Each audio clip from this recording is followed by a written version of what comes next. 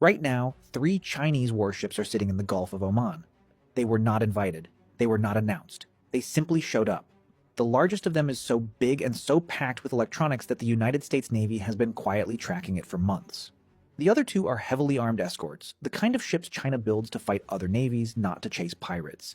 And while President Trump was on television announcing a full naval blockade of Iran's ports, while American destroyers were already moving into the Strait of Hormuz, those 3 Chinese warships were already in the water, watching everything, less than 100 miles from where the United States Navy has just promised to stop and board any vessel that has paid Iran for safe passage.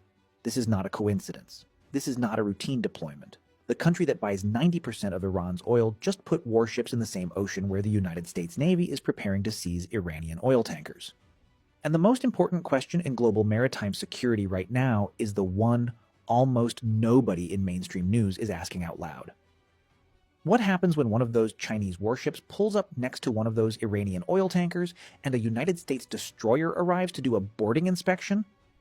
By the end of this video, you will fully understand exactly what those Chinese ships are, why they are sitting in the Gulf right now, what China is actually trying to do with this deployment, and why the next 48 hours could decide whether the American blockade holds together or falls apart in front of the entire world.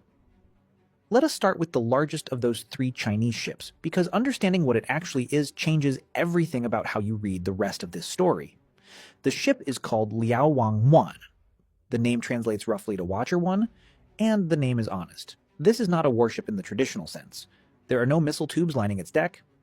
It is not built to sink other ships. What Liaowang 1 is, in the simplest possible terms, is a floating supercomputer the size of a medium ocean liner.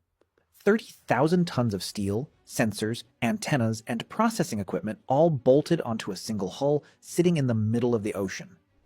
Listening. To understand what that ship can do, picture a very specific scene. Imagine you are standing on a beach. You can see with your eyes, maybe a few hundred yards down the shoreline. Now imagine someone hands you a pair of binoculars that not only let you see across the entire ocean, but also let you hear every conversation happening on every ship within 1,000 miles, read the radar signals coming from every aircraft within 2,000 miles, and intercept every encrypted military message bouncing through the satellites overhead. That is roughly what Liaowang 1 does, except it does it for a region that stretches from the eastern coast of Africa to the western edge of India.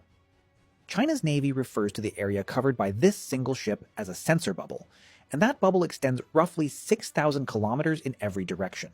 It can sense everything happening in the Strait of Hormuz, in the Persian Gulf, across the Arabian Sea, and into the Indian Ocean, all at the same time from one parking spot. Now here is where it gets really interesting. A floating supercomputer is not a fighting ship. It cannot defend itself against missiles, against aircraft, against attack submarines. So China did not send Liaowang 1 alone. It sent 2 combat ships with it as bodyguards. The first is a Type 055 cruiser, which is currently the largest, most heavily armed surface warship China has ever built. Roughly 13,000 tons, big enough to carry 112 vertical missile launchers built directly into its deck. Each of those launchers can hold an air defense missile, an anti-ship missile, a land attack missile, or an anti-submarine weapon. Think of it as a massive floating missile rack with the ability to engage targets in every direction simultaneously. The second escort is a Type 052D destroyer, slightly smaller at 7,500 tons with 64 of those vertical launchers on its deck.